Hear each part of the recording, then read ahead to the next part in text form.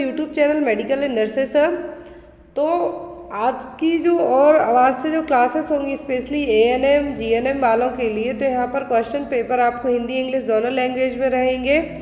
Mostly यहाँ पर अब जो क्लासेस वीक में एटलीस्ट 4 क्लासेस तो आपकी फिक्स रहेंगी एएनएम वालों के लिए, और जो अदर सीएचओ की क्लासेस होती हैं तो वो क्लासेस भी जो एएनएम वाले यहाँ पे जुड़े हुए हैं कैंडिडेट, उनके लिए भी वो क्लासेस भी हेल्पफुल रहेंगी।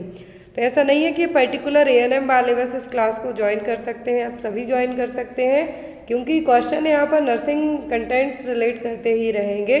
लेकिन जो यहाँ पर टॉपिक रहेंगे वो बेसिक टॉपिक से स्टार्ट किया जाएगा, क्योंकि आपका जो एएनएम का 2 साल का कोर्स होता है उसी में से रिलेट करते हुए क्वेश्चन यहाँ पे आपको ऐड किए जाएंगे। तो जो लोग नए हैं चैनल पर और जो लोग चैनल पर अभी नहीं जुड़े हैं, प्लीज़ चैनल को सब्सक्राइब करके बेल आइकॉन बटन को प्रेस करके रखें, क्योंकि आपका सीएचओ के साथ साथ अब एएनएम वालों के लिए भी मॉडल पेपर ऑफिशियल पेपर आपको अपडेट करते रहेंगे, जिससे आपके जो भी एग्ज़ाम्स होते हैं किसी भी स्टेट के लिए, क्योंकि एएनएम में किसी भी स्टेट में यदि वैकेंसी निकालते हैं तो 1000 से कम वैकेंसी तो निकालते ही नहीं और ज़्यादा ही पोस्ट निकलती हैं, इसलिए यहाँ पे आपको ये क्लासेस अवेलेबल करवाई जाएंगी।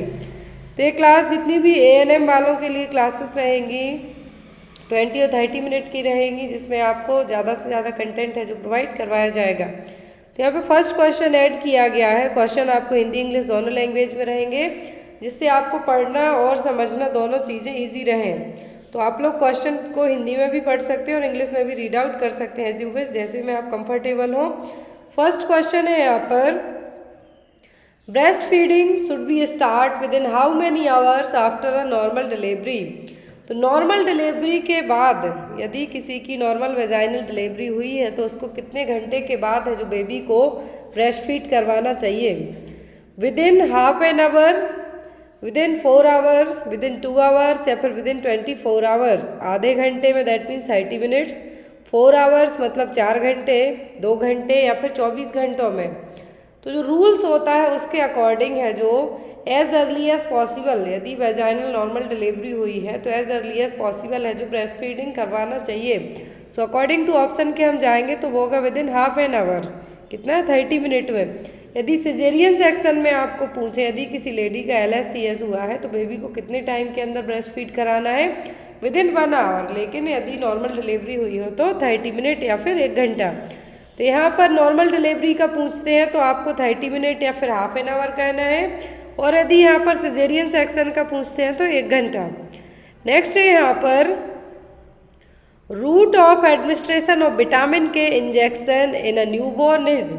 तो एक नवजात शिशु को विटामिन के का इंजेक्शन किस मार्ग से दिया जाता है? सबक्यूटेनियस रूट से, इंट्रामस्कुलर रूट से, इंट्राडर्मल रूट से, या फिर इंट्रावीनस रूट से।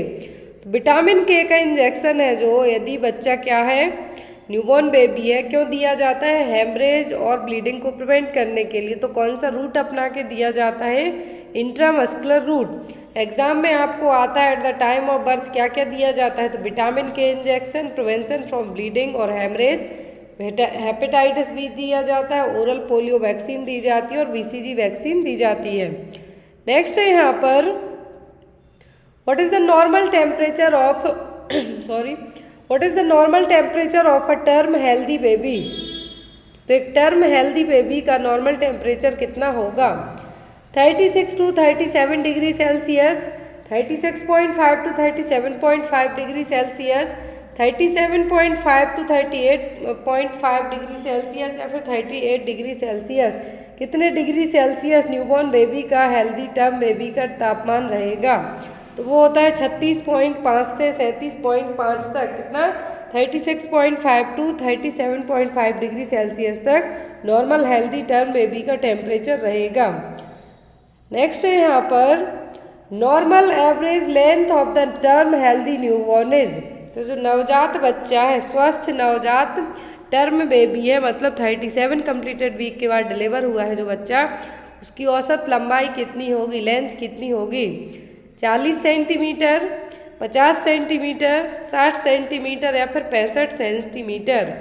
तो यदि एक एवरेज लेंथ की बात करते, लंबाई की बात करते हैं हम न्यूबॉर्न बेबी की, तो वो होती है 50 से 55। कितनी होती है? 50 से 55।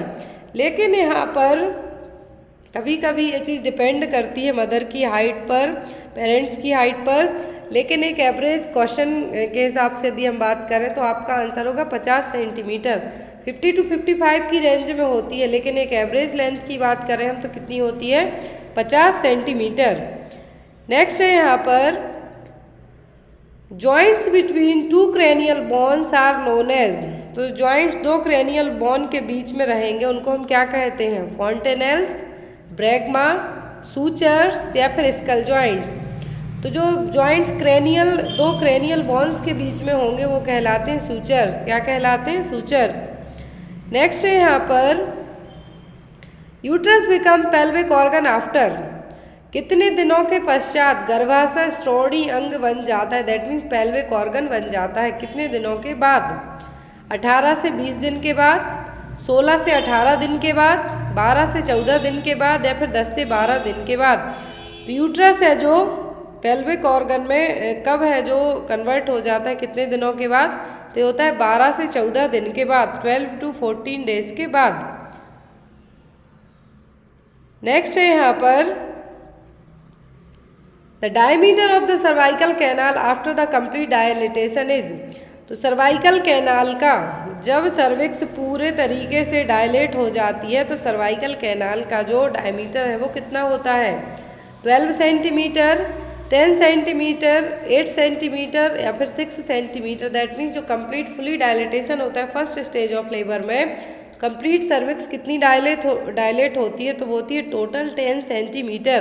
कितना, 10 सेंटीमीटर है जो ओपन होगी। तो यहाँ पर वही कहा है कि कंप्लीट डायलिटेशन के बाद जो डायमीटर है सर्वाइकल डायमीटर कितना होगा, तो वो होता है 10 सेंटीमीटर तक। नेक्स्ट है यहाँ पर आपको question, A nurse is clamping umbilical cord and the nurse know that the distance from the umbilicus is। तो जब अम्बलाइकल कॉर्ड को क्लैम्प किया जा रहा है, आफ्टर डिलीवरी है जो अम्बलाइकल कॉर्ड को क्लैम्प किया जा रहा है, तो अम्बलाइकस के बीच में डिस्टेंस कितना होना चाहिए, 2.5 सेंटीमीटर, 5 सेंटीमीटर, 7 सेंटीमीटर या फिर 5.5 सेंटीमीटर। तो जब कॉर्ड क्लैम्प की जा रही है तो अम्बलाइकस के बीच में कितना डिस्टेंस होना चाहिए, तो होना चाहिए 2.5 सेंटीमीटर या फिर कितना कह सकते हैं हम, 2.5 सेंटीमीटर का डिस्टेंस है जो होना चाहिए। नेक्स्ट है यहाँ पर maximum score of Apgar scoring is. तो अपगार स्कोर का मैक्सिमम स्कोर कितना होता है, 8, 10, 13 या फिर 23। तो अपगार स्कोर है जो चेक किया जाता है न्यूबॉर्न बेबी के लिए, 2 बार किया जाता है, at first minute, baby deliver हुआ है उसके विदिन 1 मिनट, और दूसरी बार किया जाता है आफ्टर 5 मिनट के बाद। तो यहाँ पर जो इसकी खोज किसने की थी, वर्जीनिया अपगार ने। किसने, वर्जीनिया अपगार ने। इसके जो क्राइटेरिया है वो होता है, इसमें चेक क्या होता है, skin colour, pulse rate, reflex irritability, muscle tone और रेस्पिरेटरी एफर्ट। तो यहाँ पर यदि स्कोर सिस्टम की बात करें, इसकी बात करें, स्कोरिंग की बात करें, तो मैक्सिमम स्कोर कितना होता है, 10। कितना होता है, 10 है जो मैक्सिमम स्कोर माना जाता है। नेक्स्ट है यहाँ पर 10 स्कोर आया अपगार स्कोर में, मतलब बेबी क्या है, कंप्लीट तरीके से हेल्दी है। 8 से ज़्यादा आता है मतलब बच्चा स्वस्थ है। 8 से ज़्यादा स्कोर आया मतलब बेबी क्या है, पूरे तरीके से स्वस्थ है। पर Which colors identification band is used for a girl newborn baby? एक नवजात बच्ची के लिए कौन सा रंग पहचान बैंड हेतु प्रयुक्त होता है, ब्लू, पिंक, ग्रीन या फिर रेड। तो न्यूबॉर्न बेबी होते हैं उनके लिए बैंड लगाए जाते हैं, बॉयज़ के लिए अलग होगा, गर्ल्स के लिए अलग होगा। तो यदि गर्ल्स के लिए पूछा जा रहा है तो कौन से कलर का बैंड यूज़ किया जाता है, तो गर्ल्स के लिए किया जाता है गुलाबी और पिंक। यदि बॉयज़ के लिए पूछे, गर्ल न्यूबॉर्न कहा है तो पिंक, बॉय न्यूबॉर्न बेबी पूछे तो हम क्या कहेंगे, ब्लू कलर। नेक्स्ट है यहाँ पर which of the following blood group is called as universal donor, मतलब वो अपना ब्लड हर एक किसी को दे सकता है, यूनिवर्सल ब्लड ग्रुप डोनर पूछा है यहाँ पर, तो वो कौन सा है। ऑप्शन में है यहाँ पर ओ, ए, बी या फिर बी। तो यहाँ पर ओ नेगेटिव ब्लड ग्रुप को क्या कहा जाता है, यदि आपको ऑप्शन में ओ नेगेटिव, ओ पॉजिटिव है तो आपको मार्क करना है O negative. O negative blood group वाले क्या कहलाते हैं, यूनिवर्सल डोनर है, अपना ब्लड किसी को भी दे सकते हैं। क्या है, यूनिवर्सल ब्लड ग्रुप की यदि बात करें तो यदि डोनर पूछते हैं तो O negative, A B positive universal recipient, A B positive किसी का भी ब्लड ग्रुप ले सकते हैं, ओ नेगेटिव अपना ब्लड ग्रुप किसी को भी दे सकते हैं। तो याद रखें, यदि आपको इस तरीके से ओनली सिंपल वे में पूछा है तो ओ बस आपको कहना है, लेकिन यदि पूरा दिया है तो ओ नेगेटिव कहना है कि यूनिवर्सल डोनर कौन है, ओ नेगेटिव। रेसिपिएंट पूछे तो कौन है, वो है A B positive. Next one है यहाँ पर, which gland is the human body is called the master gland. मानव शरीर में कौन सी ग्रंथि मास्टर ग्रंथि कहलाती है, पैरोटिड, पिट्यूटरी, थायराइड, सबलिंगुअल, या तो यहाँ पर आपका आंसर क्या होगा, मास्टर ग्लैंड है जो ह्यूमन बॉडी में कौन कहलाती है, पिट्यूटरी ग्लैंड। कौन सी है, पिट्यूटरी ग्लैंड या फिर पीयूष ग्रंथि।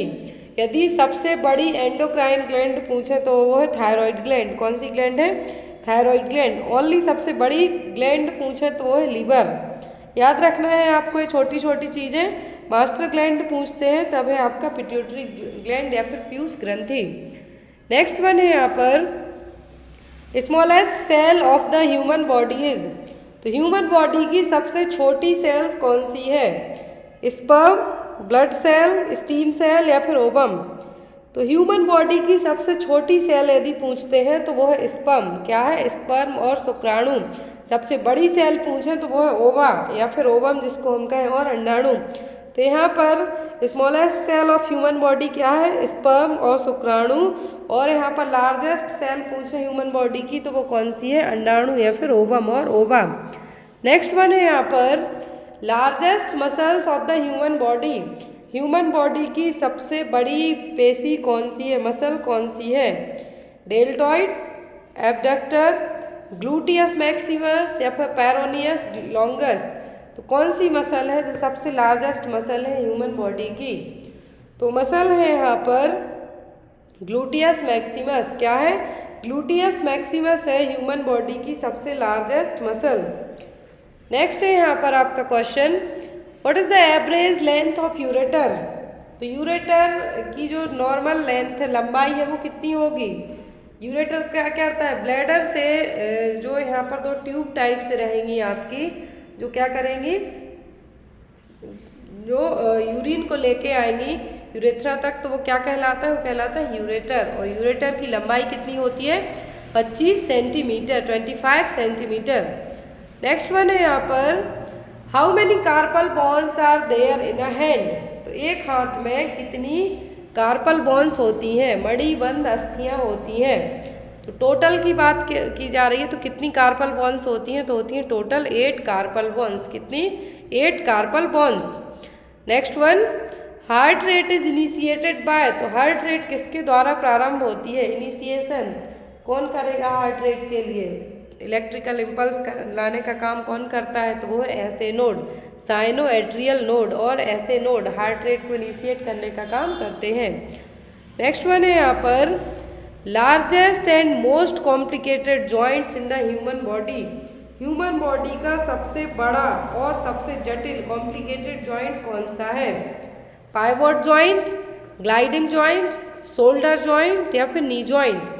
तो ह्यूमन बॉडी का सबसे लार्जेस्ट और कॉम्प्लिकेटेड जॉइंट माना जाता है घुटना। क्या है, घुटना या फिर हम जिसको क्या कहें, नी जॉइंट। नेक्स्ट है यहाँ पर, which of the following is only movable bone of skull. Skull की जो खोपड़ी है आपकी, उसकी ओनली एकमात्र मूवेबल बोन कौन सी है, एथमॉइड, मैंडिबल, फ्रंटल या फिर मैक्सिला। तो जो आपका निचला हिस्सा है जिसको हम क्या कहते हैं, मैंडिबल, एक स्कल की ओनली एक यही बोन है जो कैसी है, मूवेबल बोन है। तो यहाँ पर आपका आंसर क्या होगा, अधोहनु या फिर मैंडिबल बोन। नेक्स्ट है यहाँ पर, total number of intercostal muscle in human body. तो रिबकेज की यहाँ पे जो मसल होती है उनको कहा जाता है इंटरकॉस्टल मसल, और ये टोटल कितनी होती हैं, 11, 10, 9 या फिर 8। तो जो इंटरकॉस्टल मसल्स होती हैं कितनी होती हैं, ये होती हैं टोटल 11। कितनी, टोटल 11 इंटरकॉस्टल मसल्स होती हैं। ये क्वेश्चन आपको चाहे आप CHO दे रहे हो, ANM दे रहे हो, सबके लिए हेल्पफुल रहेंगे। नेक्स्ट है यहाँ पर आपका question, anaemia is caused due to deficiency of. तो एनीमिया किसकी कमी के कारण होता है, iron, vitamin B12, both A and B या फिर नन ऑफ दीज।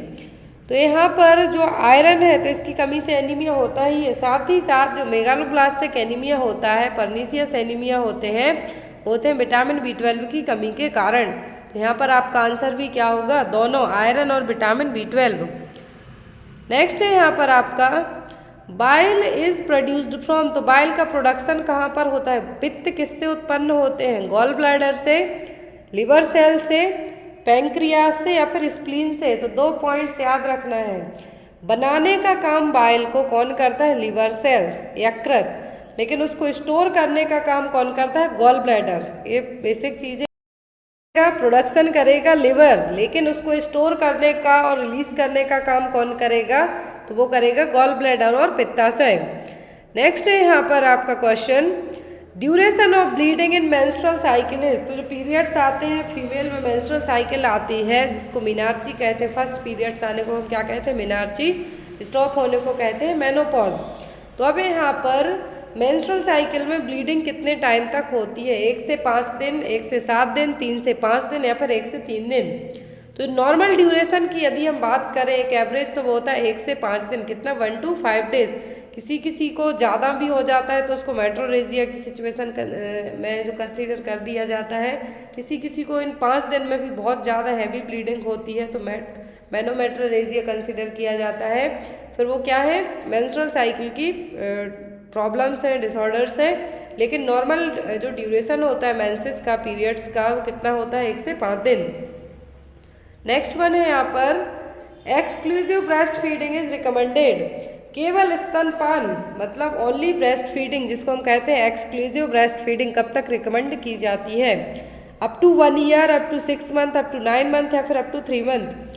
तो जो ओनली ब्रेस्ट फीडिंग का यहाँ पर टर्म है तो इसका मतलब होता है ओनली ब्रेस्ट फीडिंग मतलब exclusive breast feeding, other than कुछ भी नहीं ब्रेस्ट फीडिंग बस। तो वो होती है जनरली 6 मंथ की।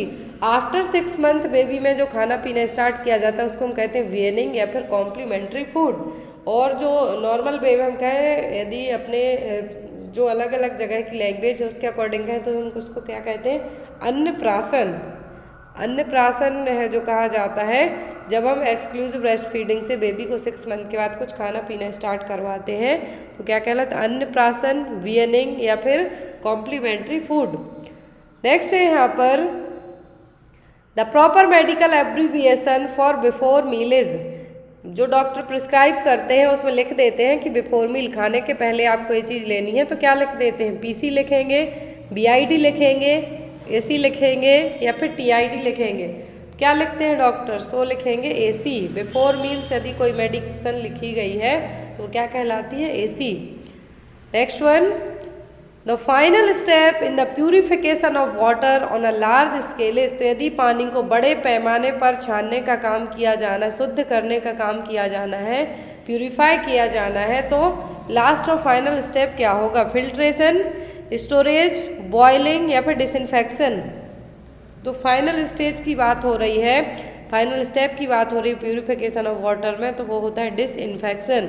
फर्स्ट यदि लार्ज स्केल पे, यहाँ पर देखिए लार्ज स्केल की बात की जा रही, बड़े पैमाने पर, ऐसा नहीं कि आपका घर का जो आप पानी भर रहे हैं उसको। लार्ज स्केल पे पहले पानी को स्टोर किया जाता है, फिल्टर किया जाएगा, फिर डिसइंफेक्ट किया जाएगा, आफ्टर दैट पानी को डिस्ट्रीब्यूट किया जाएगा। तो आज की क्लास के लिए इतने ही क्वेश्चंस थे। आई होप आपको आज की क्लास अच्छी लगी हो, तो कमेंट करके ज़रूर बताना कि आप लोग को इस तरीके की एएनएम जीएनएम वालों के लिए इस तरीके की क्लासेस और चाहिए है तो हिंदी इंग्लिश दोनों फॉर्मेट में आपको डेली एटलीस्ट कोशिश की जाएगी कि वीक में 4 से 5 क्लासेस आपको इस तरीके की अवेलेबल करवाई जाए।